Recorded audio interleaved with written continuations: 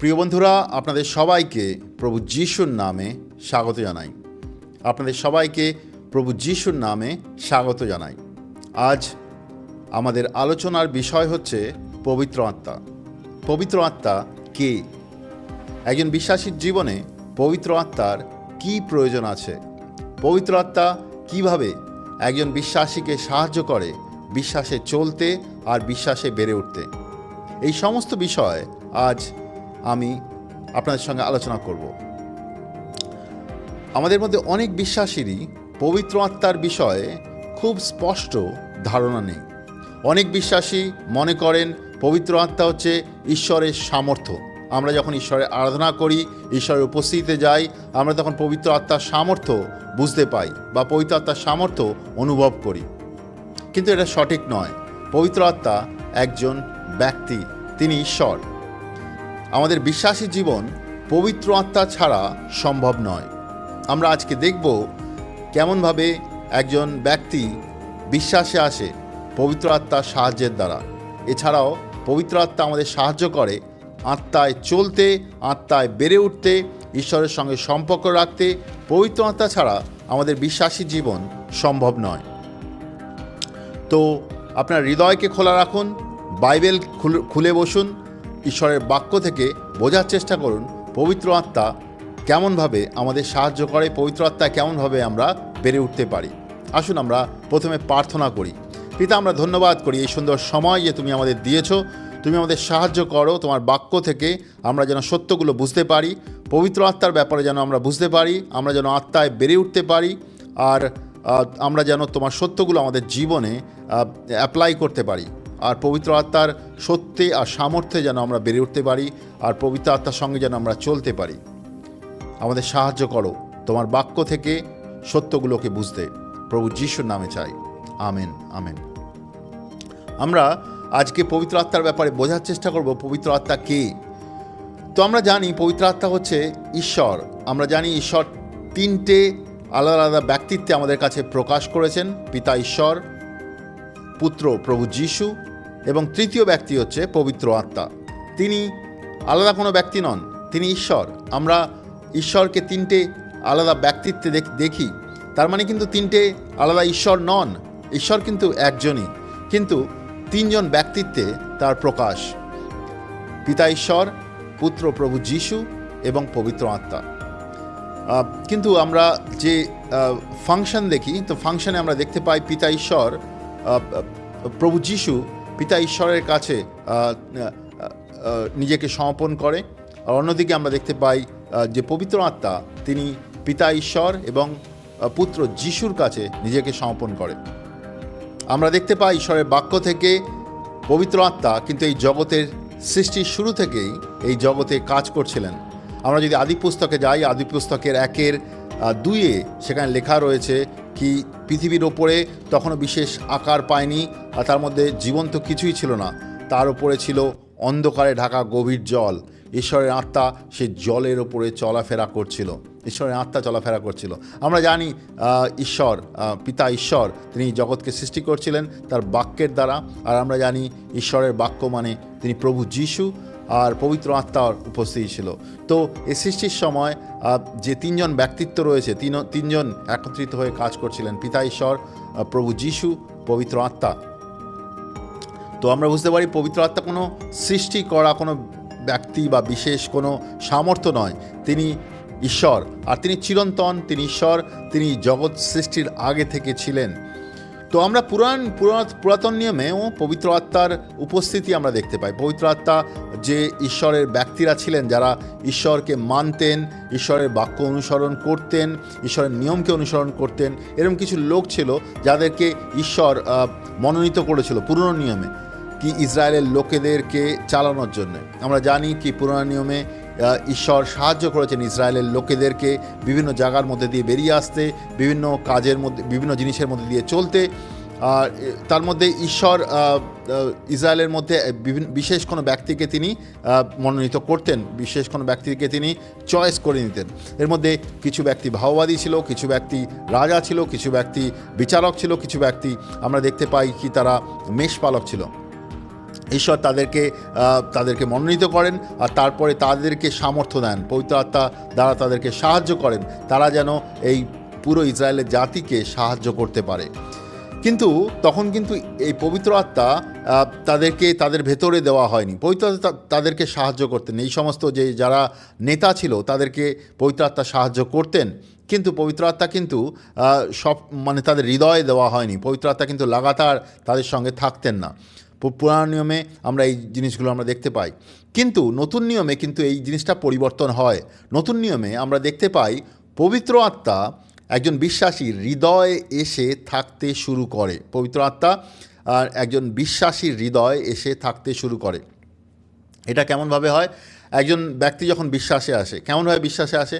যখন সে সুসমাচার শোনে। একজন অবিশ্বাসী সুসমাচার শুনল, সুসমাচার শোনার পরে সুসমাচারের মধ্যে দিয়ে ঈশ্বর ওই ব্যক্তির সঙ্গে কথা বলে। বিশেষ করে অ্যাকচুয়ালি তার হৃদয়ে পাপের চেতনা নিয়ে আসে। এটা কিন্তু পবিত্র আত্মার কাজ। আমরা দেখব প্রেরিতের 2-এ যদি যাই, সেখানে দেখতে পাই প্রেরিতের 2-এ পিতর যখন সুসমাচার প্রচার করে ওখানের ইহুদি লোকেদের, তারা যখন সুসমাচার শোনে, প্রেরিতের 2-এর 36-37 যদি পড়েন সেখানে দেখতে পাবেন তারা বলে, সেখানে লেখা রয়েছে তাদের হৃদয় শেলবিদ্ধ হইল। এটা কিন্তু পবিত্র আত্মার কাজ। আমরা যখন সুসমাচার প্রচার করি রাস্তাঘাটে বা ব্যক্তিগতভাবে কোনো ব্যক্তিকে যখন সুসমাচার প্রচার করি যে অবিশ্বাসী আছে, সেই ব্যক্তি সুসমাচার শুনে সে তার ভেতরে পাপের চেতনা আসে।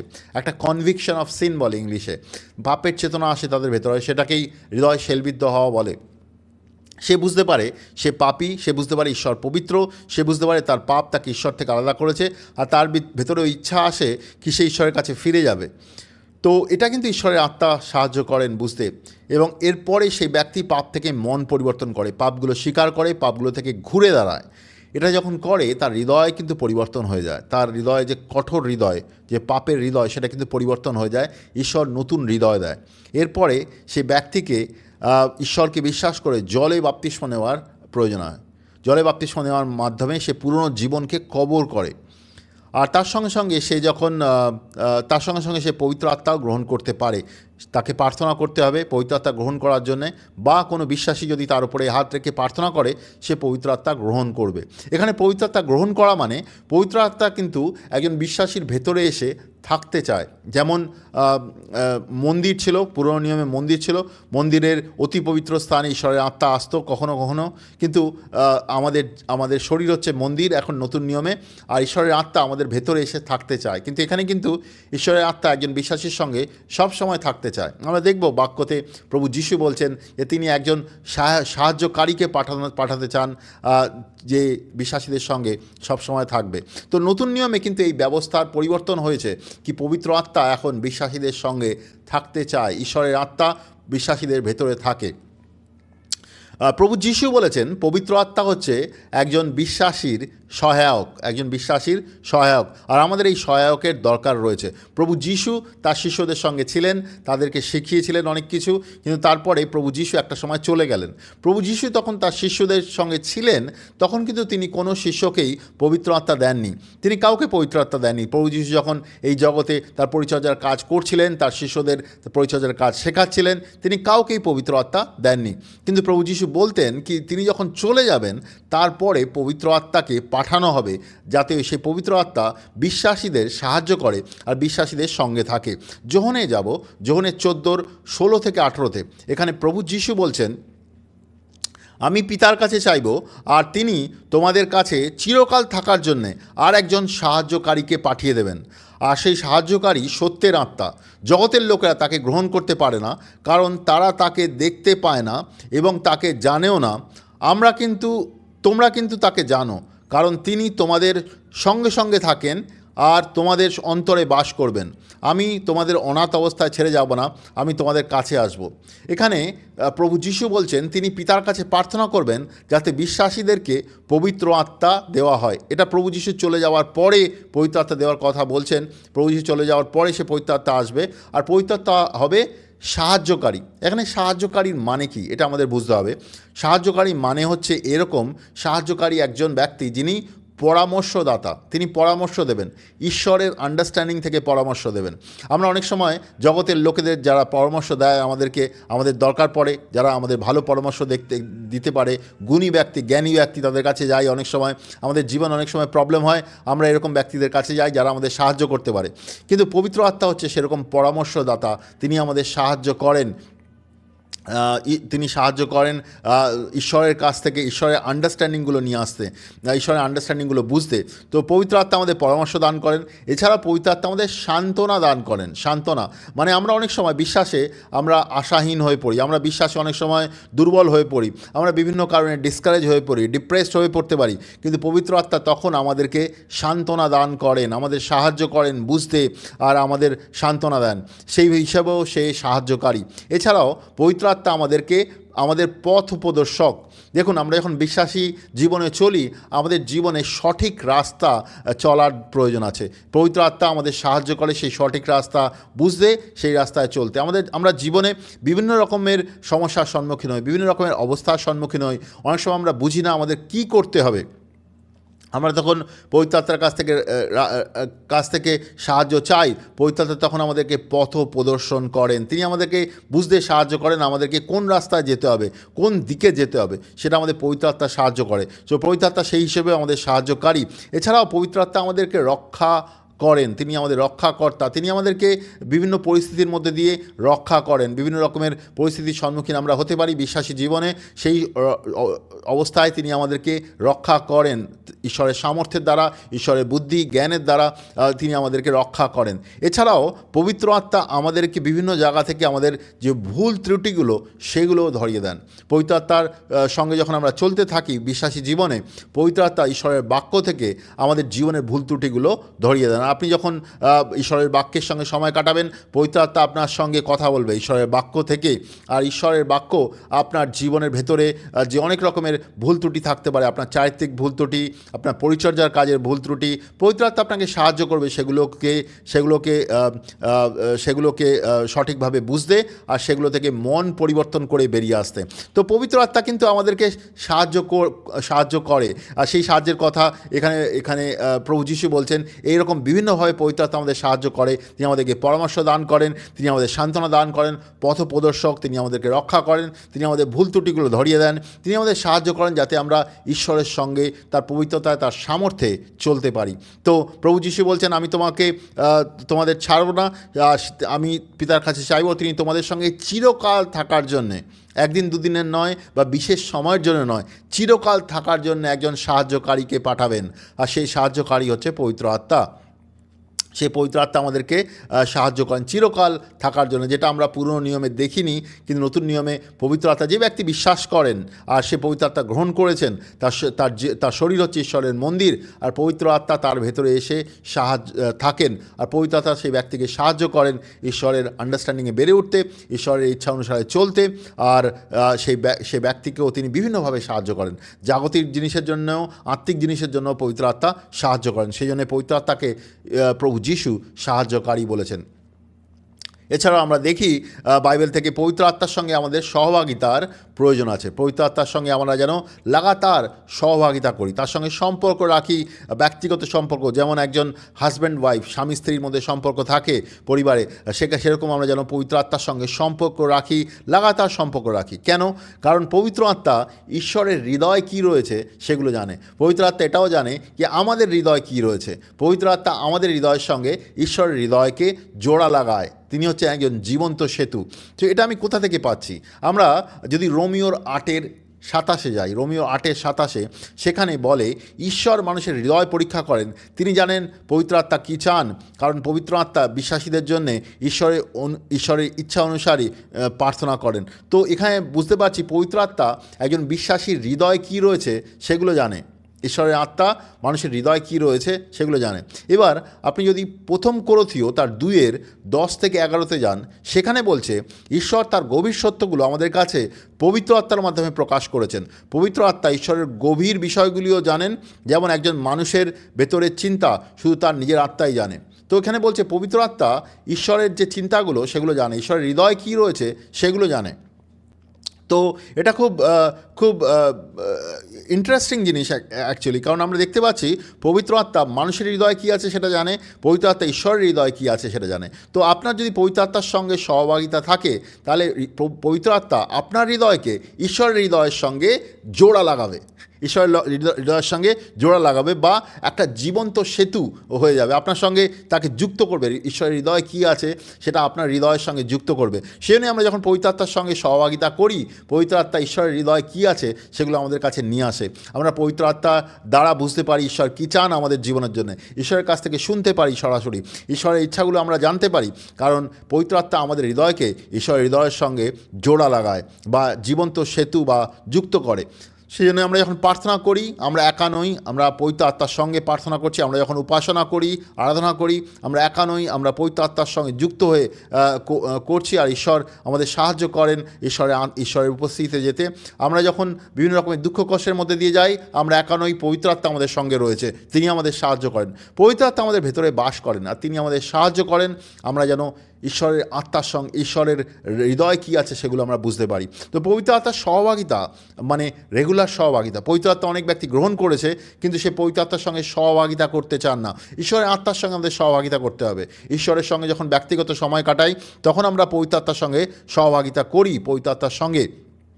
আর পবিত্র আত্মা আপনাকে ঈশ্বরের উপস্থিতিতে নিয়ে যায়, ঈশ্বরের হৃদয় কী আছে সেগুলো বুঝতে সাহায্য করে। তো এরকমভাবে ঈশ্বরের আত্মা, পবিত্র আত্মা আপনাকে সাহায্য করবে ঈশ্বরের উপস্থিতিতে যেতে আর ঈশ্বরের হৃদয় কী আছে সেগুলো বুঝতে। এই জন্যে ঈশ্বরের আত্মার সঙ্গে আমাদের সহভাগিতা লাগাতার প্রয়োজন আছে। এরপরে আমরা দেখব ঈশ্বরের আত্মা আমাদের জীবনে বিভিন্ন সময় বিভিন্ন বিষয়ে সাহায্য করে। শুরু হয় এটা আমাদের ঈশ্বরের নতুন জন্ম পাওয়ার মধ্যে দিয়ে, যেটা আমি অলরেডি আপনাদের সঙ্গে সামনে তুলে ধরলাম। আমরা যখন প্রভু যিশুতে নতুন জন্ম প্রাপ্ত হই, তখন থেকে তারপরে যখন প্রভু যিশুতে আমরা চলতে শুরু করি, পবিত্র আত্মা আমাদের লাগাতার সাহায্য করে। প্রথমে আমরা যদি দেখি আমরা প্রভু যিশুতে কেমনভাবে আসি, বিশ্বাসে কেমনভাবে আসি, বা প্রভু যিশুতে নতুন জন্ম কেমন করে লাভ করি। আমরা যদি যোহনের 3-এ যাই, যোহনের 3-এ প্রভু যিশু নিকোদম বলে একজন ব্যক্তির সঙ্গে কথা বলছিলেন, আর নিকোদমকে তিনি বলছিলেন, আমি তোমাকে সত্যি বলছি, তুমি যদি নতুন জন্ম লাভ না করো তাহলে তুমি ঈশ্বরের রাজ্য দেখতে পাবে না। নিকোদম কিন্তু এমন একজন ব্যক্তি ছিলেন, তার স্বাস্থ্য জ্ঞান ছিল, তিনি পুরনো নিয়মের যে তোরা, পুরনো নিয়মের যে বাইবেল বলতে পারেন, তার অনেক আন্ডারস্ট্যান্ডিং তার কাছে ছিল। তো প্রভু যিশু তাকে বলছেন তোমাকে নতুন জন্ম পেতে হবে। তারপরে যদি আপনি যোহনের 3:5 যান, সেখানে আপনি দেখতে পাবেন প্রভু যিশু তাকে বলছেন তোমাকে জল আর আত্মায় নতুন জন্ম প্রাপ্ত হতে হবে। আর এটা কিন্তু সবার জন্যে এটা দরকার। এটা শুধু একজন ব্যক্তিকে তিনি প্রভু যিশু বলছেন না। আমরা দেখতে পাই প্রভু যিশুর শিষ্যরা সবাইকে নতুন জন্ম, প্রভু যিশুতে নতুন জন্মতে আসতে সাহায্য করছিল, তাদেরকে বিশ্বাসে আসতে সাহায্য করছিল। সুসমাচার প্রচারের মাধ্যমে তারা সুসমাচার শুনছিল, বিশ্বাস করছিল, তারপরে তাদেরকে পাপ থেকে মন পরিবর্তন করতে সাহায্য করে, জলে বাপ্তিস্ম দেয় পুরনো জীবনের কবরের জন্যে, তার সঙ্গে সঙ্গে তারা পবিত্র আত্মা গ্রহণ করে। আমরা পেইতের বইতে আমরা দেখতে পাই এরকমভাবে যে নতুন বিশ্বাসীরা তারা বিশ্বাসে আসে, তারা প্রভু যিশুতে নতুন জন্ম প্রাপ্ত হয়। এখানে আমরা দেখতে পাই কি পবিত্র আত্মা, এখানে পবিত্র আত্মার কাজ রয়েছে। যেমন পবিত্র আত্মা ওই ব্যক্তিকে ভেতরে পাপের চেতনা নিয়ে আসে, তার সঙ্গে সঙ্গে পবিত্র আত্মার বাপ্তিস্মর দ্বারা আমরা ঈশ্বরের রাজ্যে ঈশ্বরের সঙ্গে সম্পর্ক রাখতে পারি। তো পবিত্র আত্মা কিন্তু একজন নতুন বিশ্বাসীকে বিশ্বাসে আসতে সাহায্য করছে। এছাড়াও যদি আমরা তিতুস বা ইংলিশে টাইটাস বলে তার 3:5 যাই, সেখানে লেখা আছে পবিত্র আত্মার মাধ্যমে আমরা নতুন জীবন প্রাপ্ত হই। এখানে লেখা আছে পবিত্র আত্মার দ্বারা আমরা নতুন জীবন প্রাপ্ত হই। পবিত্র আত্মা আমাদের নতুন জীবন প্রাপ্ত হতে সাহায্য করে। নতুন জীবন প্রাপ্ত হওয়া মানে পাপের জীবন থেকে আমরা মন পরিবর্তন করলাম আর পাপের রাজ্য থেকে আমরা বেরিয়ে এলাম। শুধু তাই নয়, আমাদের ঈশ্বরের সঙ্গে যুক্ত হতে হবে। আর যুক্ত কেমন করে হব? পবিত্র আত্মার দ্বারা। তো পবিত্র আত্মা আমাদের নতুন জন্ম যে শুরু হয় তাতে আমাদের সাহায্য করে। এছাড়াও আমরা দেখি আমরা ঈশ্বরের সঙ্গে পবিত্র আত্মা আমাদেরকে যুক্ত করে। 1 কোরিন্থীয় তার 6:17 লেখা আছে প্রভুর সঙ্গে আমরা এক হই পবিত্র আত্মার দ্বারা। পবিত্র আত্মা আমাদেরকে যুক্ত করে, যেটা আমি বলছিলাম, পবিত্র আত্মা আমাদেরকে ঈশ্বরের সঙ্গে যুক্ত করে। এছাড়াও বাইবেল বলছে যে পবিত্র আত্মা আমাদেরকে শেখায়, শিক্ষা দান করে, আমাদেরকে পরিচালনা করে। আমরা যদি দেখি যোহনের 14:26 এখানে লেখা রয়েছে পবিত্র আত্মা তিনি আমার নামে পাঠাবেন, তিনি তোমাদের সব কিছুর ব্যাপারে শিক্ষা দেবেন। তো প্রভু যীশু বলছেন পবিত্র আত্মা তোমাদের সব কিছুর ব্যাপারে শিক্ষা দেবেন এবং আমার বলা কথা মনে করিয়ে দেবেন।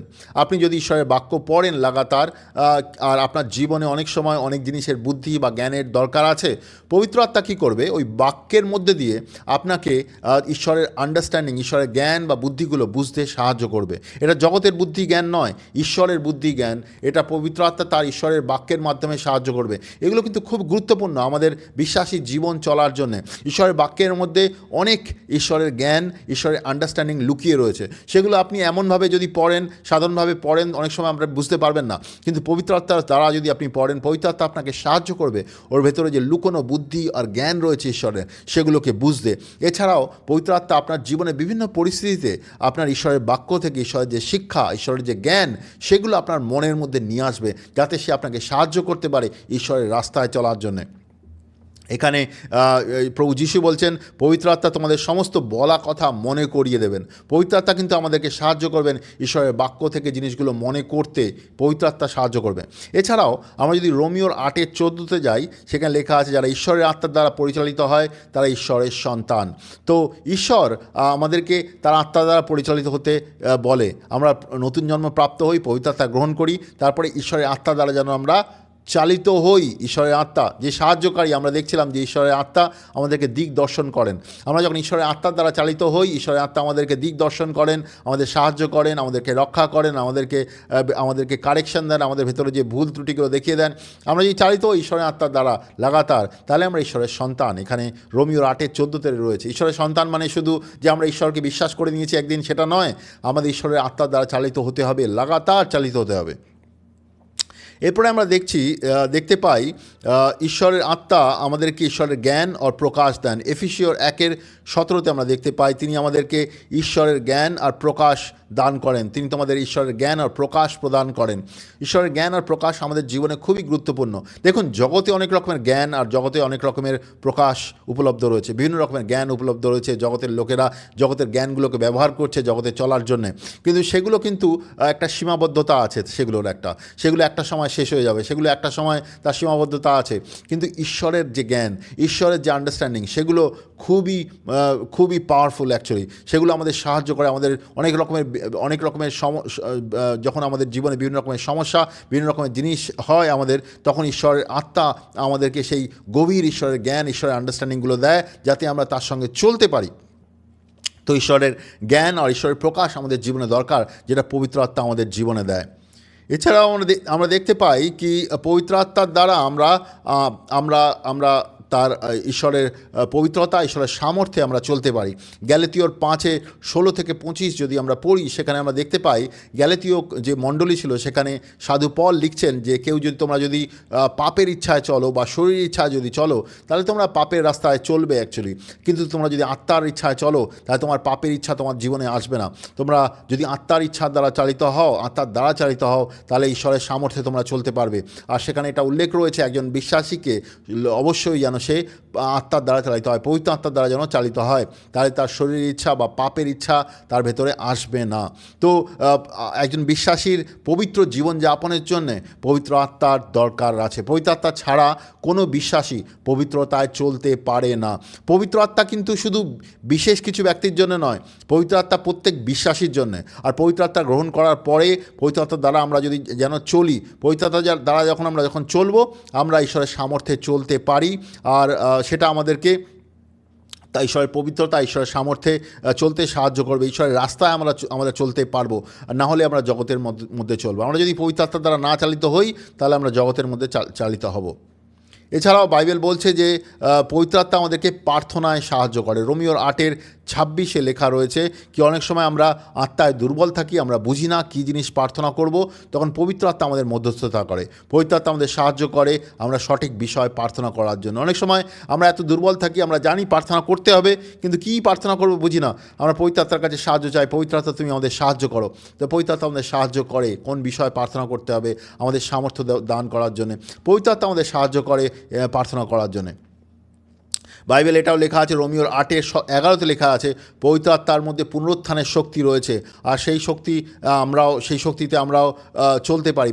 রোমিওর 8:11 লেখা রয়েছে যে পবিত্র আত্মা তিনি প্রভু যিশুকে মৃতদের মধ্যে থেকে জীবিত করেছিলেন, আর সেই আত্মাই আমাদের ভেতরে বসবাস করে। সেই আত্মা আমাদের আমাদের আমাদের ভেতরেও ঈশ্বরের সামর্থ্য দেবে। আমরা অনেক সময় বুঝি না, আমরা মনে করি বোধহয় পবিত্র আত্মা ঈশ্বরের কাছে, যে বাইবেলে যে পবিত্র আত্মার কথা বলছে তার ভেতরে তিনি তো খুব ক্ষমতাবান, কিন্তু আমরা যে পবিত্র আত্মা গ্রহণ করেছি সে হয়তো ছোট। কিন্তু এখানে এটা বলছে না, এখানে বলছে যে পবিত্র আত্মা প্রভু যিশুকে মৃতদের মধ্যে থেকে বাঁচিয়ে তুলেছেন, সেই পবিত্র আত্মাই তোমাদের ভেতরে আছে। আমরা কিন্তু একটা ভিন্ন রকমের পবিত্র আত্মা গ্রহণ করিনি, সেই পবিত্র আত্মাই গ্রহণ করেছি যেটা প্রভু যিশুর শিষ্যরা গ্রহণ করেছিল। তারা যেই পবিত্র আত্মা দ্বারা চালিত হতো, সেই পবিত্র আত্মাই কিন্তু আমাদের ভেতরে এসে থাকতে চায়। সেই পবিত্র আত্মাই কিন্তু আমরা বিশ্বাসীরা গ্রহণ করি, আর সেই আত্মার দ্বারাই চলতে পারি। সেই আমাদের ভেতরে পুনরুত্থানের সামর্থ্য দেয়, আমাদের আত্মায় চলতে সাহায্য করে, আর ঈশ্বরের সামর্থ্য আমাদের ভেতরে দেয়। 2 কোরিন্থীয় 3:18 লেখা আছে, পবিত্র আত্মা আমরা যখন পবিত্র আত্মা দ্বারা চালিত হব লাগাতার, পবিত্র আত্মা আমাদেরকে ধীরে ধীরে রূপান্তর করবে। রূপান্তর করা মানে কি? আমরা যখন পবিত্র আত্মাকে গ্রহণ করার পরে আমরা ঈশ্বরের সঙ্গে চলতে শুরু করলাম, ঈশ্বরের বাক্য আর আত্মার দ্বারা লাগাতার সম্পর্ক রাখলাম, আর প্রভুর সঙ্গে চলছি লাগাতার। এরকমভাবে যখন আমরা চলছি, পবিত্র আত্মা কী করছে? লাগাতার আমাদেরকে ভেতর থেকে পরিষ্কার করছে, পবিত্র করছে, আমাদের ভেতর থেকে কারেকশন করছে, ঈশ্বরের কাছ থেকে শুনতে সাহায্য করছে। পবিত্র আত্মা আমাদেরকে বাড়িয়ে তুলছে ঈশ্বরের মতন করে। আমরা ধীরে ধীরে রূপান্তর হচ্ছে আমাদের ঈশ্বরের ক্যারেক্টারে, ঈশ্বরের স্বভাবে, ঈশ্বরের মতন করে। তো আমাদের প্রভু যিশুর মতন করে আমাদেরকে ভেতরে বদলাচ্ছে, আমাদের ঈশ্বরের চরিত্রে, ঈশ্বরের স্বভাবে পবিত্র আত্মা আমাদেরকে লাগাতার আমাদেরকে পরিবর্তন করে। তো পুরনো নিয়মে আমরা দেখতে পাই কি মানুষ বিভিন্ন রকমভাবে নিয়মকে পালন করার চেষ্টা করত, আর সেইভাবে সে ঈশ্বরের সঙ্গে সঠিকভাবে চলার চেষ্টা করত। যদিও সেইভাবে সম্পূর্ণভাবে পবিত্রতা কেউ চলতে পারে না, সেটা পুরনো নিয়মের লোকেও জানতো। কিন্তু নতুন নিয়মে আমরা দেখতে পাই ঈশ্বর আমাদেরকে তার আত্মার উপরে নির্ভর করে চলতে বলেছে। আত্মার উপরে নির্ভর করে, তার আত্মার দ্বারা যেন আমরা চালিত হই, সেটা ঈশ্বর চান আমাদের জীবনের জন্য। তো পবিত্র আত্মা হচ্ছে ঈশ্বরের শিলমোহর, ঈশ্বরের শিলমোহর। এখন শিলমোহরটা কি? আমরা অনেকেই জানি কি শিলমোহর হচ্ছে গিয়ে যে ওনারশিপ বা এই এই এই জিনিসটা আমার, সেটা বোঝানোর জন্যে শিলমোহরের ব্যবহার হয় বা আগেও হতো। শিলমোহর হচ্ছে যেমন আপনি কোনো চিঠি, এখনকার দিনে তো চিঠি খুব একটা লেখা হয় না, এখন মোবাইলে মেসেজ করা হয়, কিন্তু যখন চিঠি পাঠানো হতো, যে এখান থেকে চিঠি পাঠানো হতো, সেখানকার একটা শিলমোহর ওই চিঠির উপরে লাগানো হতো কি এই জায়গার পোস্ট অফিস থেকে এই চিঠিটা পাঠানো হচ্ছে। আর যেখানে যারা চিঠি গ্রহণ করতো তারাও শিলমোহর লাগাতো, এই জায়গা থেকে আমরা চিঠিটাকে গ্রহণ করছি। এছাড়াও যে কোনো বিশেষ বস্তুকে যখন পাঠানো হতো এক জায়গা থেকে অন্য জায়গায়, তারপর শিলমোহর লাগানো হতো কি এই বস্তুটা এই ব্যক্তির। তো সেরকমভাবে আমরা পুরনো দিনেও দেখি, যখন রাজারা রাজত্ব করতো তখন তারা তাদের যে জিনিসগুলো ছিল, তাদের যে বস্তু বা যে জিনিসগুলো তারা কিনতো বা তাদের নিজেদের জিনিসগুলো ছিল, তাদের উপরে তারা শিলমোহর লাগাতো কি এই জিনিসটা আমার। তারা যদি কোনো একটা জিনিস কেনার পরে তার উপরে তার নিজের শিলমোহর লাগিয়ে দিত কি এই জিনিসটা আমার। ওই শিলমোহর দেখে আমরা বুঝতে পারতাম এই জিনিসটা তো ওই রাজ্যের, এই জিনিসটা ওই রাজার।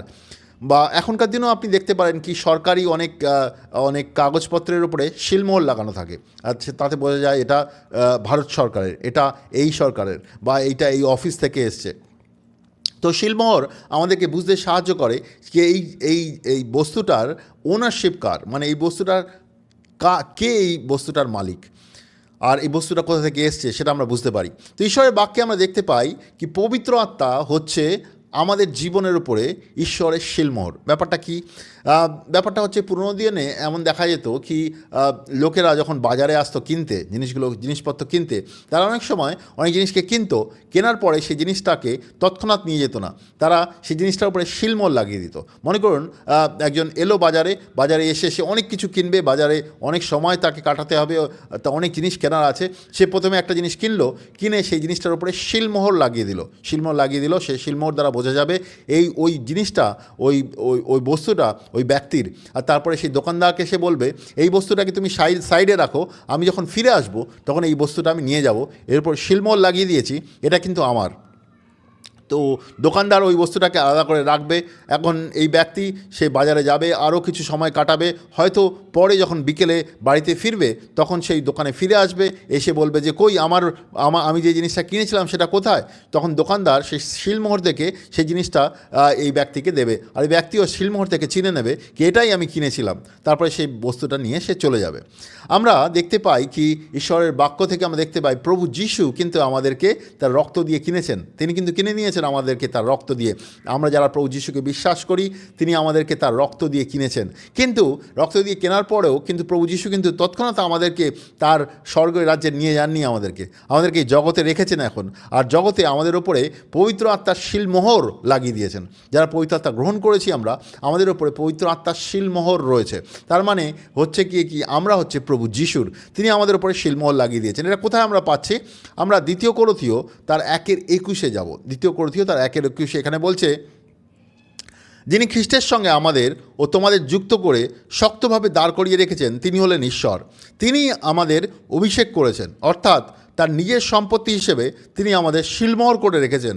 আর যা কিছু আমাদের দেবেন তার প্রথম অংশ হিসেবে তিনি আমাদের অন্তরে পবিত্র আত্মা দিয়েছেন। এটা একরকম প্রথমত শিলমোহর আমাদের বুঝতে হবে কি ঈশ্বর আমাদেরকে ঈশ্বরের চিহ্ন হিসেবে আমাদের ভিতরে পবিত্র আত্মা দিয়েছেন, সেটা হচ্ছে শিলমোহর। আর একটা বিষয় হচ্ছে গিয়ে কি এখানে বলছে যে প্রথম অংশ হিসেবে তিনি পবিত্র আত্মাকে দিয়েছেন, বা অন্য জায়গায় লিখেছেন একটা প্রথম অংশর মানেটা কি? অনেক সময় আমরা অনেক কিছু কিনতে যাই, মনে করুন আপনি কোনো কিছু কিনতে গেলেন, সেই জিনিসটার দাম অনেক বেশি, আপনার কাছে অত টাকা নেই, আপনি তাকে কিছু টাকা দিলেন, দিয়ে বললেন যে এটা প্রথম অংশ হিসেবে তুমি রাখো, আমি জিনিসটা নিয়ে যাব। তো সেটাকে প্রথম অংশ বলে। তো ঈশ্বর আমাদেরকে নিয়ে যাবেন তার রাজ্যে, কিন্তু তার প্রথম অংশ হিসেবে তিনি পবিত্র আত্মা আমাদের ভেতরে দিয়েছেন। তো পবিত্র আত্মা হচ্ছে আমাদের ভেতরে ঈশ্বরের শিলমোহর, আর এছাড়াও পবিত্র আত্মা হচ্ছে আমাদের ভেতরে তার প্রথম অংশ কি তিনি আমাদেরকে তার সঙ্গে নিয়ে যাবেন। এছাড়াও আমরা যদি 2 কোরিন্থীয় তার 5:22 যাই, 2 কোরিন্থীয় তার 5:22 যাই, এখানে লেখা আছে, এরই জন্যে ঈশ্বর আমাদের সৃষ্টি করেছেন এবং তারই প্রথম অংশ হিসেবে তিনি পবিত্র আত্মাকে আমাদের দিয়েছেন। ঈশ্বর আমাদেরকে প্রথম অংশ হিসেবে পবিত্র আত্মা দিয়েছেন।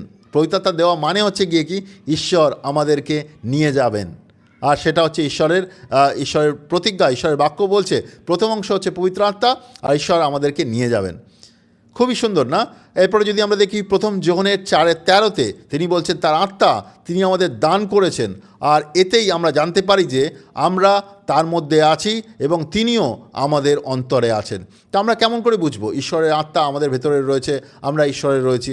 এখানে বলছে তিনি তার আত্মা আমাদের দিয়েছেন। আপনার ভেতরে যদি ঈশ্বরের আত্মা রয়েছে তাহলে ঈশ্বর আপনার ভেতরে রয়েছে আর আপনি ঈশ্বরের মধ্যে রয়েছেন। তো ঈশ্বরের আত্মা ঈশ্বর আমাদের দিয়েছেন, আর তার মানে হচ্ছে গিয়ে কি আমরা ঈশ্বরের রয়েছি, আমাদের অন্তরে যদি ঈশ্বরের আত্মা বাস করে। তো এই যে শিলমোহর যে আমরা বুঝতে পারছি পবিত্র আত্মা আমাদের জীবনের ওপরে ঈশ্বরের শিলমোহর, তার মানে কি? তার মানে হচ্ছে গিয়ে কি আমরা ঈশ্বরের। আপনি যদি পবিত্র আত্মা গ্রহণ করে থাকেন তাহলে আপনি ঈশ্বরের, আর আমরা ঈশ্বরের সম্পত্তি, আমরা ঈশ্বরের, আর আমাদের ঈশ্বর আলাদা করে চিহ্নিত করার জন্য আমাদের ভেতরে পবিত্র আত্মা দিয়ে রেখেছেন। আপনি জানেন হয়তো প্রভু যীশু ফিরে আসবেন এই জগতে, আর তিনি আমাদেরকে নিয়ে যাবেন, আর আমাদের যাদের ভেতরে পবিত্র আত্মা রয়েছে ঈশ্বর তাদেরকে নিয়ে যাবেন। তো ঈশ্বর কিন্তু আলাদা করতে পারেন, যারা বিশ্বাস করেন, যারা পবিত্র আত্মা গ্রহণ করেছেন তারা অন্য থেকে আলাদা। ঈশ্বর সেটা দেখে বুঝতে পারেন কার ভেতরে আত্মা রয়েছে, কার ভেতরে আত্মা নেই। আমরা যদি 2 তিমথি তার 2 তিমথির 2:19 যাই, 2 তিমথির 2:19 এখানে ঈশ্বরের বাক্য বলছে, ঈশ্বরের গাঁথা শক্ত ভিত্তি দাঁড়িয়েই আছে, তার উপরে শিলমোহরের মতন করে এই কথাগুলি লেখা আছে, প্রভু জানেন কারা তার। ঈশ্বর জানেন কারা তার, আর যে কেউ খ্রিস্টকে প্রভু বলে ডাকে সে সমস্ত পাপ থেকে দূরে যাক। প্রভু জানেন কারা তার, প্রভু জানেন কারা তার। কেমন করে? কারণ যারা প্রভুর তাদের ভেতরে পবিত্র আত্মা রয়েছে। আমরা দেখলাম যারা প্রভুর তাদের ভেতরে পবিত্র আত্মা রয়েছে, সেভাবে ঈশ্বর আলাদা করতে পারেন কি এরা আমার, আর বাকিরা তারা এখনও ঈশ্বরকে গ্রহণ করেনি। ঈশ্বর সবাইকে ভালোবাসেন, ঈশ্বর সবার জন্য দাম দিয়েছেন। প্রভু যীশু ক্রুশের উপরে আমাদের সবার পাপের দাম দিয়েছেন, তারপরে তাকে কবরে যেতে হয়েছিল, তারপরে 3 দিন পরে সে বেঁচে উঠেছেন। তিনি ঈশ্বর, তিনি আমাদের উদ্ধারকর্তা। তিনি চান যেন আমরা জগতের সবাই যেন পাপ থেকে মন পরিবর্তন করি, ঈশ্বরের দিকে ঘুরে দাঁড়াই, ঈশ্বরকে বিশ্বাস করি। কিন্তু যারা ঈশ্বরকে গ্রহণ করেছেন, ঈশ্বরের আত্মা গ্রহণ করেছেন, তারা ঈশ্বরের। তারা ঈশ্বরের ব্যক্তি। এখানে সেটাই বলছে, ঈশ্বর জানেন কারা তার। ঈশ্বর চান যেন জগতের সবাই যেন তাকে গ্রহণ করে, সবাই যেন পবিত্র আত্মা গ্রহণ করে, আর সবাই যেন ঈশ্বরের দিকে ঘুরে দাঁড়ায়। কিন্তু যারা পবিত্র আত্মা অলরেডি গ্রহণ করেছেন তারা ঈশ্বরের, আর তাদের জীবনের ওপর ঈশ্বরের শিলমোহর লাগানো রয়েছে কি এরা ঈশ্বরের। এরপরে আমরা দেখব পবিত্র আত্মার বাপ্তিস্ম। পবিত্র আত্মার বাপ্তিস্ম খুবই গুরুত্বপূর্ণ। আমি আরেকটা ভিডিওতে এ ব্যাপারে আলোচনা করব। পবিত্র আত্মার বাপ্তিস্ম খুবই গুরুত্বপূর্ণ। আমরা জানি প্রভু যীশু পবিত্র আত্মার দ্বারা জন্মগ্রহণ করেন। আমরা প্রভু যীশু যেমন পবিত্র আত্মার দ্বারা সে তার মায়ের পেটে তার কনসেপশন হয়, আর পবিত্র আত্মার দ্বারা প্রভু যীশুর জন্ম হয়। আমরা যেমন সবাই মা বাবার দ্বারা জন্মগ্রহণ করেছি, প্রভু যীশু এরমভাবে জন্মগ্রহণ করেননি, তিনি পবিত্র আত্মার দ্বারা জন্মগ্রহণ করেছেন। আর তারপরে আমরা দেখতে পাই প্রভু যীশু যখন জলে বাপ্তিস্ম নেন 30 বছর বয়সে, তারপরে পবিত্র আত্মা নেমে আসে, আমরা ঈশ্বরের বাক্যে দেখতে পাই। আর আমরা নতুন নিয়মে আমরা দেখতে পাই, নতুন নিয়মে প্রেরিতের বইতে দেখতে পাই বিভিন্ন জায়গাতে, যাতে নতুন বিশ্বাসীরা তারা যখন পাপ থেকে মন পরিবর্তন করে, ঈশ্বরকে বিশ্বাস করে, তাদের উপরে প্রার্থনা করা হয়, আর তারা পবিত্র আত্মা গ্রহণ করে, পবিত্র আত্মার বাপ্তিস্ম হয়। এটা খুবই গুরুত্বপূর্ণ। প্রত্যেক বিশ্বাসীর জন্যে পবিত্র আত্মার বাপ্তিস্ম খুবই গুরুত্বপূর্ণ। এটা শুধু অনেকে বলবে না এটা মিনিস্ট্রির কাজের জন্য, না, শুধু মিনিস্ট্রির কাজের জন্য নয়, আমাদের পবিত্র আত্মা গ্রহণ করতে হবে আমাদের ভেতরে। আমরা যদি পবিত্র আত্মা গ্রহণ না করি, আমরা তো ঈশ্বরের হলাম না। আমাদের পবিত্র আত্মা আমাদের ভেতরে যদি না আসে, তাহলে আমরা ঈশ্বরের নই। ঈশ্বরের সঙ্গে কেমনভাবে চলবো, ঈশ্বরের থেকে কেমনভাবে শুনবো, ঈশ্বরের চরিত্রে কেমনভাবে বেড়ে উঠবো। তো পবিত্র আত্মা আমাদেরকে গ্রহণ করতে হবে। পবিত্র আত্মা আমাদের বাপ্তিস্ম নেওয়ার দরকার আছে। তো আমরা দেখতে পাই লুকের 24:49, লুকের 24:49 এখানে প্রভু যীশু বলছেন, দেখো আমার পিতা যা দেওয়ার প্রতিজ্ঞা করেছেন তা আমি তোমাদের কাছে পাঠিয়ে দেবো। স্বর্গ থেকে শক্তি না পাওয়া পর্যন্ত তোমরা এই শহরেই থাকো। দেখুন প্রভু যীশু কিন্তু তার শিষ্যদের শিক্ষাদান করেছিলেন। প্রভু যীশু যখন তার শিষ্যদের ডাকেন, বিভিন্ন কাজে তারা ছিল, তারা আসে, প্রভু যীশুর সঙ্গে থাকতে শুরু করে, প্রভু যীশুর সঙ্গে পরিচর্যার কাজ দেখে, তারা কিন্তু অনেক কিছু শেখে। কিন্তু তারপরেও প্রভু যীশু তাদেরকে বলছেন, তোমরা কিন্তু এই জেরুসালেম ছেড়ে যাবে না, তোমরা জেরুসালেমে ওয়েট করো, থাকো, এখানে অপেক্ষা করো, যতক্ষণ না পর্যন্ত তোমরা পবিত্র আত্মা পাচ্ছ। এখানে আমরা দেখতে পাই লুকের 24:49 সে বলছে যে পিতা যে প্রতিজ্ঞা করেছে, কিসের প্রতিজ্ঞা? এখানে পবিত্র আত্মার কথা বলছে। পবিত্র আত্মা তোমাদের কাছে পাঠিয়ে দেওয়া হবে, আর সেটা স্বর্গ থেকে শক্তি, আর সেটা যতক্ষণ না আসবে তোমরা এই শহরেই থাকো। তার মানে প্রভু যীশু বলতে চাইছেন তার শিষ্যদের, যাদেরকে তিনি এতদিন শিক্ষা দিয়েছিলেন, তাদেরকে পাঠিয়েওছিলেন প্রভুর কাজ করার জন্য, তাদেরকে এখন তিনি বলছেন তোমরা কিন্তু পরিচর্যার কাজে যাবে না যতক্ষণ না পর্যন্ত পবিত্র আত্মা তোমরা পাচ্ছ। এটা খুবই গুরুত্বপূর্ণ আমাদের বোঝার জন্য। আজকের দিনে আমরা দেখতে পাই অনেক ব্যক্তি পরিচর্যার কাজ শুরু করে দিয়েছেন, পবিত্র আত্মা গ্রহণ করেননি, পবিত্র আত্মা পাননি, কিন্তু পরিচর্যার কাজ করার চেষ্টা করছেন। এটা সঠিক নয়। প্রভু যীশু নিজে তার শিষ্যদের পরিচর্যার কাজ করতে পাঠাননি যতক্ষণ না পর্যন্ত তারা পবিত্র আত্মা গ্রহণ করে। এরপরে আমরা দেখব প্রেরিতের 1:8 যখন প্রভু যীশু স্বর্গারোহণ করছেন, তার আগে তিনি কি বলছেন তার শিষ্যদের, তবে পবিত্র আত্মা তোমাদের উপর আসলে পরে তোমরা শক্তি পাবে, এবং জেরুসালেমের সারা ইহুদিয়া ও সমরীয় প্রদেশে এবং পৃথিবীর শেষ সীমা পর্যন্ত তোমরা আমার সাক্ষ্য হবে। তো বলছে যে পবিত্র আত্মা আসার পরে তোমরা শক্তি পাবে, আর তোমরা জেরুসালেম, ইহুদিয়া, বিভিন্ন জায়গায়, জগতে বিভিন্ন জায়গাতে তোমরা বিভিন্ন জায়গায় আমার সাক্ষী হবে।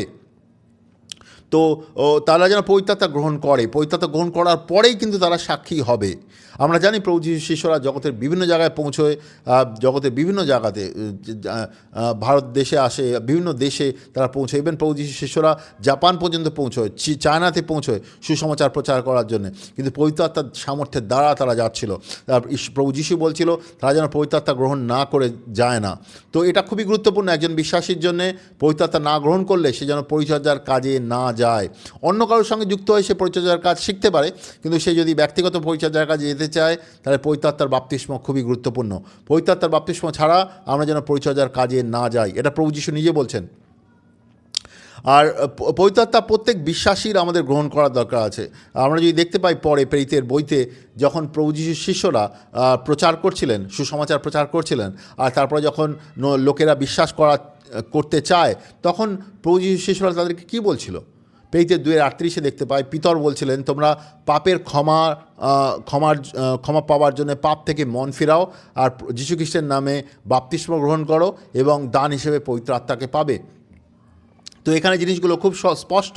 এখানে কিন্তু এখানে পিতর সুসমাচার প্রচারের পরে যারা বিশ্বাস করতে চাইছে তাদেরকে বলছে পাপ থেকে মন পরিবর্তন করো, জলে বাপ্তিস্ম নাও, পবিত্র আত্মা গ্রহণ করো। পবিত্র আত্মা গ্রহণ করা গুরুত্বপূর্ণ বিষয় এখানে পিতর বলছে।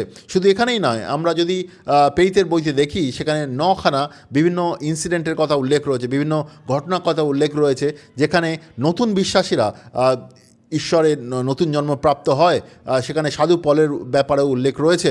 আর সেখানে আমরা দেখতে পাই তারা পাপ থেকে মন পরিবর্তন করে, জলে বাপ্তিস্ম নেয় আর পবিত্র আত্মা গ্রহণ করে। তো পবিত্র আত্মা গ্রহণ করা বিশ্বাসীর জীবনের খুবই গুরুত্বপূর্ণ বিষয়। পবিত্র আত্মা গ্রহণ না করে আমরা ঈশ্বরের সঙ্গে চলতে পারি না, ঈশ্বরের পরিচর্যার কাজেও যেতে পারি না। আমাদের পবিত্র আত্মার বাপ্তিস্ম খুবই গুরুত্বপূর্ণ। কিন্তু একটা দুর্ভাগ্যের বিষয় হচ্ছে কি আজকের সময় অনেক ব্যক্তি পবিত্র আত্মার বাপ্তিস্ম গ্রহণ করেনি। তারা মনে করে কি যেহেতু তারা চার্চে যাচ্ছে, বাইবেল পড়ছে, চার্চে দান দিচ্ছে, চার্চে বিভিন্ন রকমের প্রোগ্রামে অংশগ্রহণ করছে, আরাধনায় অংশগ্রহণ করছে, তার মানে তাদের ভেতরে পবিত্র আত্মা রয়েছে। আর বাক্য থেকে তারা কিছু জিনিস বুঝতে পারছে, তার মানে তাদের ভেতরে পবিত্র আত্মা রয়েছে। এটা সঠিক নয়। আমরা যদি বাইবেল দেখি আমরা বুঝতে পারি পবিত্র আত্মার বাপ্তিস্মর একটা ব্যাপার রয়েছে, আর বাপ্তিস্ম যেন আমাদের গ্রহণ করতে হয়। আর প্রেরিতের বইতে আমরা দেখতে পাই এরকম ইনসিডেন্ট লেখা রয়েছে কি যারা নতুন বিশ্বাসী তারা পবিত্র আত্মার বাপ্তিস্ম গ্রহণ করে। আমরা পবিত্র আত্মার বাপ্তিস্ম ব্যাপারে আমাদের নেক্সট ভিডিওতে ব্যাপারে আলোচনা করব, বাট পবিত্র আত্মার বাপ্তিস্ম দরকার আছে, তার দ্বারা আমরা পবিত্র আত্মাকে আমরা গ্রহণ করি আমাদের জীবনে। এরপরে আমরা দেখব পবিত্র আত্মার ফল এবং পবিত্র আত্মার দান। এগুলো খুব গুরুত্বপূর্ণ। পবিত্র আত্মা যখন আমাদের ভেতরে আসে, পবিত্র আত্মা কী করে আমাদের ভেতরে? পবিত্র আত্মা একজন ব্যক্তি বিশ্বাসী গ্রহণ করলো তার জীবনে, সে বিশ্বাসী জীবনে প্রবেশ করলো, এরপরে সে ঈশ্বরের বাক্য, ঈশ্বরের আত্মার দ্বারা চালিত হবে। তো পবিত্র আত্মা কী করছে সে ব্যক্তির ভেতরে? আমরা যখন পবিত্র আত্মার সঙ্গে সহভাগিতা করি, ঈশ্বরের বাক্যের মধ্যে দিয়ে পবিত্র আত্মার দ্বারা জিনিসগুলো বোঝার চেষ্টা করি, পবিত্র আত্মা আমাদের লাগাতার শিক্ষা দেয়, সামর্থ্য দেয়, সত্য বুঝতে সাহায্য করে, যেগুলো আমরা দেখছিলাম এতক্ষণ। পবিত্র আত্মা আমাদেরকে লাগাতার আমাদের ভেতরে চারিত্রিক চরিত্র গঠনে সাহায্য করে। আমরা যদি গ্যালাতীয় 5-এ যাই, গ্যালাতীয় 5-এর 22 থেকে 23-এ এখানে পবিত্র আত্মার ফলের ব্যাপারে উল্লেখ করা রয়েছে। এখানে লেখা আছে আত্মার ফল হলো ভালোবাসা, আনন্দ, শান্তি, সহ্যগুণ, দয়া স্বভাব, ভালো স্বভাব, বিশ্বস্ততা, নম্রতা, নিজেকে দমন। এসবের বিরুদ্ধে কোনো আইন নেই। এখানে পবিত্র আত্মার ফলগুলো বলছে। আত্মার ফল কী জিনিস? আপনি পবিত্র আত্মা গ্রহণ করেছেন, প্রভু যিশুর বিশ্বাসে এসেছেন, পবিত্র আত্মার বাপ্তিস্ম দ্বারা পবিত্র আত্মাকে গ্রহণ করেছেন। এরপরে আপনি পবিত্র আত্মার দ্বারা চালিত হচ্ছেন লাগাতার বাক্যের মাধ্যমে, পবিত্র আত্মার মাধ্যমে পবিত্র আত্মার সঙ্গে সহভাগিতা করছেন। পবিত্র আত্মা কী করবে? আপনার ভেতরে ঈশ্বরের চারিত্রিক গুণ নিয়ে আসবে। আর এই চারিত্রিক গুণগুলোই এখানে লেখা রয়েছে, যেমন ভালোবাসা, আনন্দ, শান্তি, সহ্যগুণ, দয়া স্বভাব, ভালো স্বভাব, বিশ্বস্ততা, নম্রতা, নিজেকে দমন। এগুলো কথা বলছে। এগুলো হচ্ছে ঈশ্বরের স্বভাব, জগতের স্বভাব নয়, ঈশ্বরের স্বভাব। এগুলো পবিত্র আত্মা আপনার ভেতরে নিয়ে আসবে, আপনার চরিত্রে নিয়ে আসবে এগুলো। তো এগুলোকে আত্মার ফল বলছে। মানে আপনি যদি আত্মার সঙ্গে চলছেন তো আপনার চরিত্রের মধ্যে এই ফলগুলো আসবে, আপনার চরিত্র বদলে যাবে, আপনার স্বভাব বদলে যাবে। তো পবিত্র আত্মা আমাদের সাহায্য করেন এরকমভাবে বদলে যেতে। বাট এখানে একটা জিনিস বুঝতে হবে, পবিত্র আত্মার ফল কেন বলছে? এটা ফল কেন বলছে? ফল দেখেছেন আপনি, গাছে ফল হয়। ফল দেখি আমরা যখন গাছে এখন আম হয়, প্রথমে আমের মঞ্জরি আসে, ফুল আসে, তারপরে ছোট একটা আম হয় সবুজ রঙের, তারপরে সেই আমটা বাড়তে থাকে, সেটাকে আমরা আম বলি। কিন্তু ধীরে ধীরে সেটা বাড়তে বাড়তে অনেক বড় হয়, সময় লাগে তার জন্য, 2 মাস 3 মাস লাগে। তারপরে যখন অনেক বড় হয়ে যায় তারপরে আমটা পাকে, তারপরে আমরা খেতে পারি। কাঁচা আমও খাই আমরা, কিন্তু আমটা যখন বড় হয় তারপরেই কিন্তু আমরা খাই। তো এখানে ফল মানে হচ্ছে এটা কি, যে স্বভাবগুলো সেগুলো কিন্তু রাত চলে আসে না। মনে করুন আপনি প্রভু যিশুকে আজকে গ্রহণ করেছেন, কালকেই এই পবিত্র আত্মার ফলগুলো একদম সম্পূর্ণভাবে আপনার জীবনে চলে আসবে না। পবিত্র আত্মা আপনার জীবনে কাজ করতে শুরু করবে, তো পবিত্র আত্মার ফলগুলো ধীরে ধীরে আপনার জীবনে বাড়তে থাকবে। ফল যেমন করে বাড়ে, সেরকমভাবে এই চারিত্রিক গুণগুলো আপনার ভেতরে ধীরে ধীরে বাড়তে থাকবে। তো যত আপনি বিশ্বাসী জীবনে চলবেন, আত্মার দ্বারা, বাক্যের দ্বারা চলবেন, ঈশ্বরের দ্বারা চালিত হবেন, এই আত্মার ফলগুলো ধীরে ধীরে আপনার ভেতরে আরও বেড়ে উঠবে। আপনি যত ম্যাচিওর বিশ্বাসী পাবেন, তার ভেতরে ম্যাচুরিটি মানে এটা নয় কি সে অনেক ব্যক্তিকে সুস্থ করতে পারে আর অনেক ভালো প্রচার করতে পারে, এগুলো অবশ্যই করে। কিন্তু ম্যাচিওর বিশ্বাসী মানে একজন খুব প্রাচীন বিশ্বাসী, বিশ্বাসে খুব পাকাপোক্ত ব্যক্তি, মানে এরকম ব্যক্তি যার চারিত্রিক গুণগুলো খুব ভালো। তো চারিত্রিক গুণ মানে পবিত্র আত্মা তার ভেতরে যে চারিত্রিক গুণগুলো নিয়ে এসছে আত্মার ফলের দ্বারা, আত্মার ফল, সে আত্মার সঙ্গে চলেছে, সে আত্মা তার ভেতরে ঈশ্বরের চারিত্রিক গুণ নিয়ে এসছে। সে জন্য যে ব্যক্তি খুব বেশি ম্যাচিওর বিশ্বাসে, তার ভেতরে এই চারিত্রিক গুণগুলো খুব বেশিভাবে দেখা যায়, চারিত্রিক গুণগুলো বেশিভাবে দেখা যায়, তার চরিত্রে, তার স্বভাবে এই গুণগুলো খুব বেশিভাবে দেখা যায়। এই গুণগুলো হচ্ছে ভালোবাসা, আনন্দ, শান্তি, সহ্যগুণ, দয়া স্বভাব, ভালো স্বভাব, বিশ্বস্ততা, নম্রতা আর নিজেকে দমন। আমরা যখন প্রভুর সঙ্গে চলি, আমাদের লাগাতার এই স্বভাব গুণগুলোতে বেড়ে উঠতে হবে। ঈশ্বরের আত্মা আমাদের সাহায্য করবে। আপনি যদি ঈশ্বরের আত্মার সঙ্গে চলেন, ঈশ্বরের আত্মা আপনার ভেতরে লাগাতার এই স্বভাবগুলো বাড়িয়ে তুলবে। তো এটা হচ্ছে গিয়ে আত্মার ফল। এর দ্বারাও আমরা বুঝতে পারি সে ব্যক্তি বিশ্বাসী কিনা। আত্মার ফল মানে আত্মার ফলের দ্বারা আমরা চিনতে পারি সত্যিই ওই ব্যক্তি বিশ্বাসে চলছে কিনা।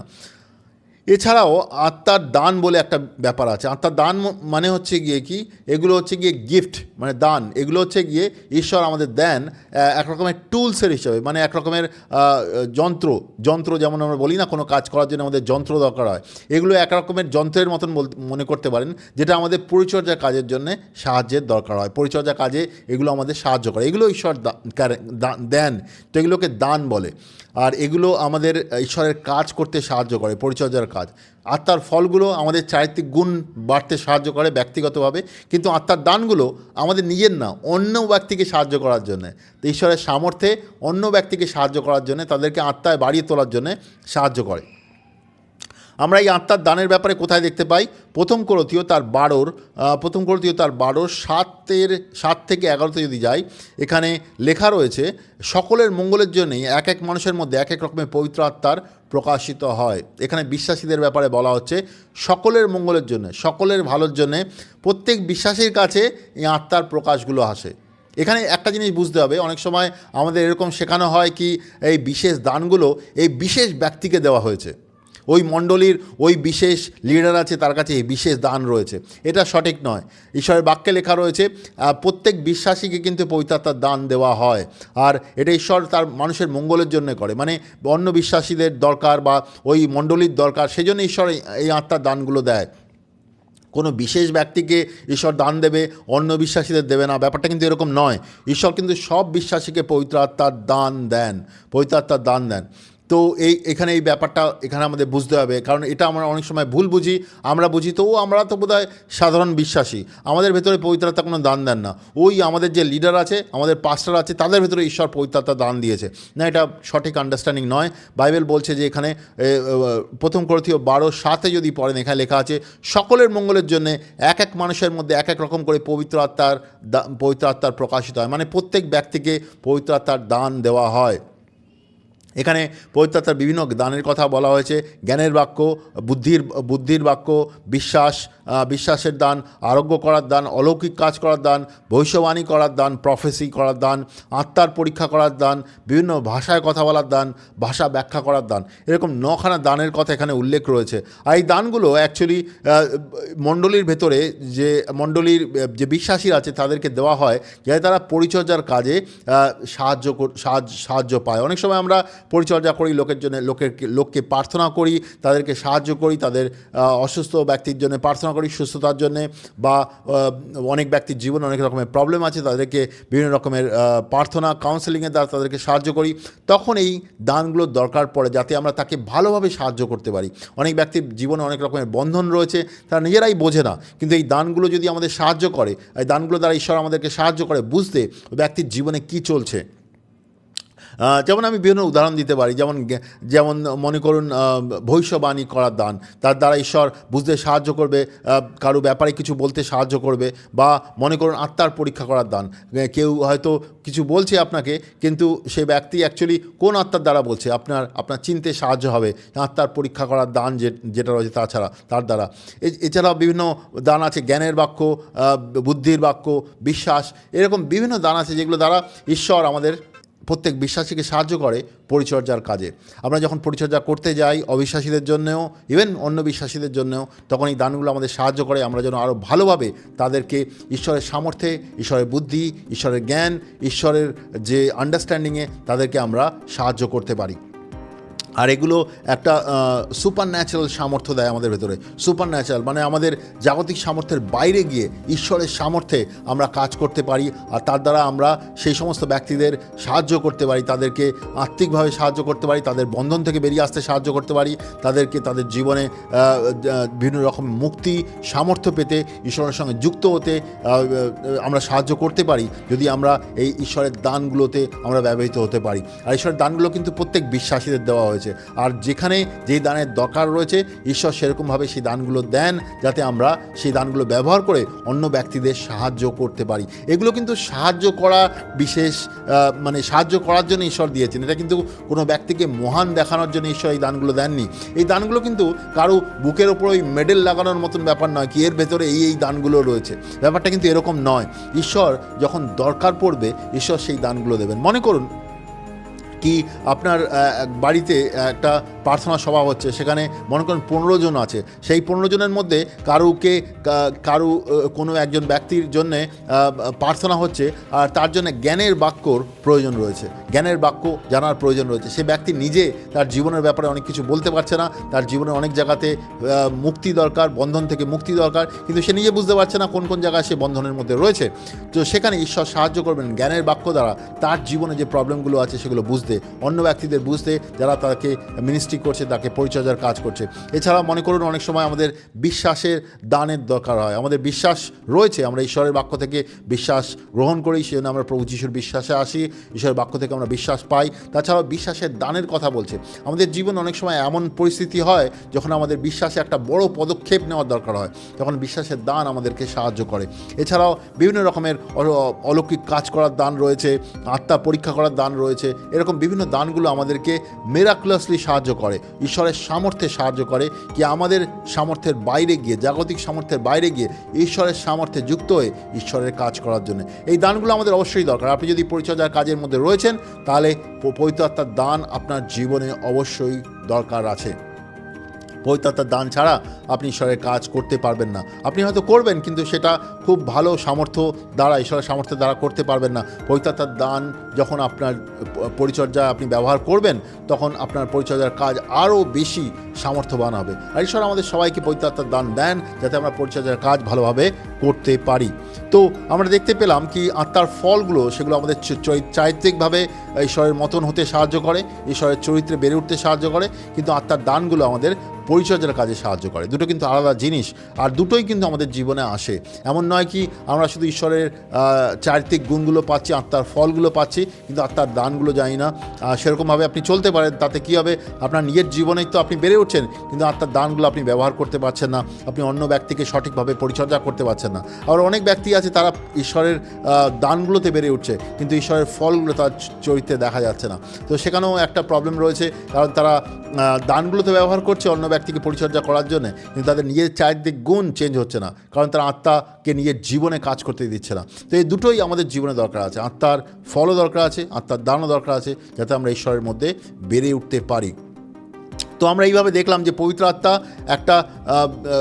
কোনো বিকল্প নয়। এমন নয় কি পবিত্র আত্মা না হলেও চলবে, এরকম কিন্তু নয়। প্রত্যেক বিশ্বাসীকে পবিত্র আত্মা গ্রহণ করতে হবে। পবিত্র আত্মা ছাড়া আমরা ঈশ্বরের মধ্যে নেই। রোমিওর 8:9 যদি যাই, সেখানে বলছে যে যার ভিতরে পবিত্র আত্মা নেই সে ঈশ্বরের নয়। আমাদের কিন্তু পবিত্র আত্মা দরকার, পবিত্র আত্মা ছাড়া আমাদের কোনো বিকল্প নেই। আমরা প্রত্যেক বিশ্বাসীর জন্য পবিত্র আত্মা অপরিহার্য, আমাদের পবিত্র আত্মা গ্রহণ করতেই হবে।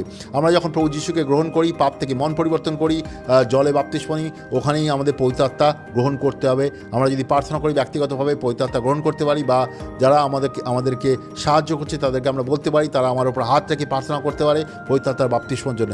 আমাদের পবিত্র আত্মাকে আমাদের গ্রহণ করতে হবে আমাদের হৃদয়। পবিত্র আত্মা আমাদের হৃদয়ের ভেতরে এসে থাকে, আর পবিত্র আত্মা আমাদেরকে লাগাতার সাহায্য করে বিশ্বাসী জীবনে ঈশ্বরের সঙ্গে চলতে, ঈশ্বরের বাক্য থেকে বুঝতে, ঈশ্বরের আত্মা ঈশ্বরের সামর্থ্যে বেড়ে উঠতে, ঈশ্বরের চরিত্রে বেড়ে উঠতে, ঈশ্বরের আত্মার দ্বারা কাজ করতে, ঈশ্বরের দানগুলোর দ্বারা পরিচর্যার কাজ করতে, আর ঈশ্বরের সঙ্গে সম্পর্কে আরও বেশি বেড়ে উঠতে। তো পবিত্র আত্মা আমাদের সব বিশ্বাসীর জীবনের জন্য দরকার, সব বিশ্বাসীর জীবনের জন্য পবিত্র আত্মা অপরিহার্য। আর যদি আপনি মনে করেন পবিত্র আত্মা ছাড়া আপনি ঈশ্বরের জীবন কাটাচ্ছেন, তাহলে হয়তো আপনি ঈশ্বরকে অনুভব করেননি, ঈশ্বরের সঙ্গে চলতে শেখেননি, ঈশ্বরকে সঠিকভাবে জানেন না। পবিত্র আত্মা আসলে ঈশ্বরকে আরও গভীরভাবে আমরা বুঝতে পারি, ঈশ্বরকে আরও গভীরভাবে আমরা জানতে পারি, কারণ পবিত্র আত্মা ঈশ্বরের হৃদয়কে আমাদের কাছে আরও স্পষ্ট করে তুলে ধরে, ঈশ্বরের বাক্যকে আরও স্পষ্ট করে তুলে ধরে। আপনি পবিত্র আত্মার সঙ্গে যত সম্পর্ক রাখবেন, ঈশ্বরের বাক্য পড়বেন, পবিত্র আত্মা ঈশ্বরের বাক্যকে আরও বেশি ভেতর থেকে আপনাকে বুঝতে সাহায্য করে। এটাকে রেভেলেশনও বলে। ঈশ্বরের বাক্যের মধ্যে অনেক লুকোনো সত্য রয়েছে, যেগুলো আপনাকে ঈশ্বরের সঙ্গে আরও বেশি যুক্ত ঈশ্বরের সঙ্গে চলতে সাহায্য করবে। এটা পবিত্র আত্মার কাজ। পবিত্র আত্মা ঈশ্বরের বাক্যের সত্যগুলোকে আরও ভালোভাবে আপনার কাছে নিয়ে আসবে, যাতে আপনি তার আত্মার সঙ্গে চলতে পারেন, তার সামর্থ্যে আপনি চলতে পারেন। তো এইভাবে পবিত্র আত্মা আমাদের জীবনে কাজ করে আর আমাদেরকে বাড়িয়ে তোলে আত্মাতে, যাতে আমরা ঈশ্বরের সঙ্গে আরও ভালোভাবে চলতে পারি আর ঈশ্বরের কাজেও ব্যবহৃত হতে পারি, ঈশ্বরের চরিত্রে আমরা বেড়ে উঠতে পারি। ঈশ্বর আপনাকে ভালোবাসেন, সেই জন্য ঈশ্বর প্রভু যিশু বলেছেন, আমি তোমাদেরকে একা ছেড়ে যাব না, তোমাদেরকে পবিত্র আত্মা আসবেন, তিনি তোমাদের সঙ্গে চিরকাল থাকবে। আপনি যদি ঈশ্বরের সঙ্গে লাগাতার এরকমভাবে চলেন, ঈশ্বর পবিত্র আত্মা আপনাকে লাগাতার ভেতর থেকে বদলাবে আর সেই ঈশ্বরের প্রতিরূপে আপনাকে লাগাতার আপনাকে বদলাবে, ঈশ্বরের চরিত্রে স্বভাবে সে বাড়িয়ে তুলবে। এরমভাবে পবিত্র আত্মা আমাদের সবাইকে সাহায্য করতে চায়। তো এটা ছিল পবিত্র আত্মার ব্যাপারে আপনাদের কাছে আমি শেয়ার করতে চেয়েছিলাম, আপনাদের কাছে আপনি তুলে ধরতে চেয়েছিলাম। আসলে আমরা প্রার্থনা করি, আপনি যদি ঈশ্বরের বাক্য থেকে সত্যগুলো বুঝতে পেরেছেন, আমরা প্রার্থনা করি যাতে ঈশ্বর আমাদেরকে আরও ভালোভাবে বুঝতে সাহায্য করবে আর পবিত্র আত্মা দ্বারা আমাদের সবাইকে চালাতে সাহায্য করবে। ঈশ্বরের বাক্যের রয়েছে যে যারা তার আত্মার দ্বারা চালিত হয় তারা ঈশ্বরের সন্তান। আমরা সবাই যেন পবিত্র আত্মার দ্বারা চালিত হই। আসুন আমরা প্রার্থনা করি। ঈশ্বর, আমরা ধন্যবাদ করি তোমার আত্মার জন্য, যে তুমি তোমার পবিত্র আত্মা আমাদের দিয়েছো প্রভু। আমরা পবিত্র আত্মা গ্রহণ করতে পেরেছি প্রভু আমাদের হৃদয়ে প্রভু। এটা আমরা কেউই এর জন্যে আমরা যোগ্য নই, কিন্তু তুমি আমাদেরকে যোগ্য বানিয়েছো। তুমি আমাদেরকে পাপ থেকে ক্ষমা দিয়েছো আর তুমি আমাদেরকে আমাদের পুরনো জীবন থেকে বেরিয়ে এসে তোমার রাজ্যে প্রবেশ করার অধিকার আর সামর্থ্য দিয়েছো। তার সঙ্গে সঙ্গে পবিত্র আত্মার দ্বারা তুমি আমাদেরকে যুক্ত করেছো তোমার সঙ্গে, যাতে আমরা তোমার থেকে জিনিসগুলো বুঝতে পারি, তোমার আত্মায় তোমার সামর্থ্যে বেড়ে উঠতে পারি প্রভু। ধন্যবাদ করি সমস্ত জিনিসের জন্য প্রভু। ধন্যবাদ করি, তোমার মতন আর কেউ নেই প্রভু পরমেশ্বর। তুমি আমাদের সাহায্য করো তোমার আত্মায় বেড়ে উঠতে, তোমার সামর্থ্যে বেড়ে উঠতে, যাতে আমরা আরও বেশি প্রভু তোমার সঙ্গে চলতে পারি, আরও বেশি তোমাকে তোমার সামর্থ্যে তোমার উপস্থিতিতে যেন চলতে পারি আর তোমার পবিত্রতায় বেড়ে উঠতে পারি প্রভু পরমেশ্বর। আমাদের সাহায্য করো, আমাদেরকে বাক্য থেকে আরও বেশি সত্যকে বুঝতে সাহায্য করো। তোমার আত্মা দ্বারা তুমি আমাদেরকে বোঝাও প্রভু আর তুমি আমাদেরকে বাড়িয়ে তোলো প্রভু পরমেশ্বর। ধন্যবাদ করি সমস্ত জিনিসের জন্য। আমাদের সবাইকে তোমাদের তুলে দিই, আমাদের সবাইকে বুঝতে সাহায্য করো তোমার বাক্য থেকে, তোমার আত্মা দ্বারা বুঝতে সাহায্য করো কি তোমার বাক্যের গভীর জিনিসগুলোকে। আর পবিত্র আত্মা তুমি আমাদেরকে চালিত করো প্রত্যেক দিন তোমার উপস্থিতিতে। আমাদের সাহায্য করো প্রভু যিশুর নামে চাই, আমেন আমেন। আপনি যদি আরও বেশি কিছু জানতে চান পবিত্র আত্মার ব্যাপারে, ব্যক্তিগত প্রার্থনা বা ব্যক্তিগত কাউন্সিলিংয়ের আপনার দরকার হয়, তাহলে নিচে কমেন্ট বক্সে লিখে জানাতে পারেন বা ব্যক্তিগতভাবে আমাদের সঙ্গে যুক্ত হতে পারেন। আপনি যদি শিষ্যত্ব প্রশিক্ষণের ব্যাপারে মানে আপনার উৎসাহ থাকে আর আপনি যদি আপনার মণ্ডলী বা আপনার ফেলোশিপে শিষ্যত্ব প্রশিক্ষণের ব্যাপারে জানতে চান, তাহলে আমাদের সঙ্গে ব্যক্তিগতভাবে যোগাযোগ করতে পারেন। আমি বিশ্বাস করি ঈশ্বর আপনাকে সাহায্য করবেন এই সমস্ত জিনিসের মধ্যে দিয়ে। এছাড়াও আমি বিশ্বাস করি কি ঈশ্বর আপনাকে সাহায্য করবে এই বাক্য, পবিত্র আত্মার যে বাক্য আমরা আজকে শুনলাম, তার দ্বারা ঈশ্বর আপনাকে সাহায্য করবে কি আত্মায় বেড়ে উঠতে আর ঈশ্বরের সঙ্গে আরও ভালোভাবে চলতে। ধন্যবাদ এই বাক্য শোনার জন্য। ঈশ্বর আপনাকে আশীর্বাদ করুন।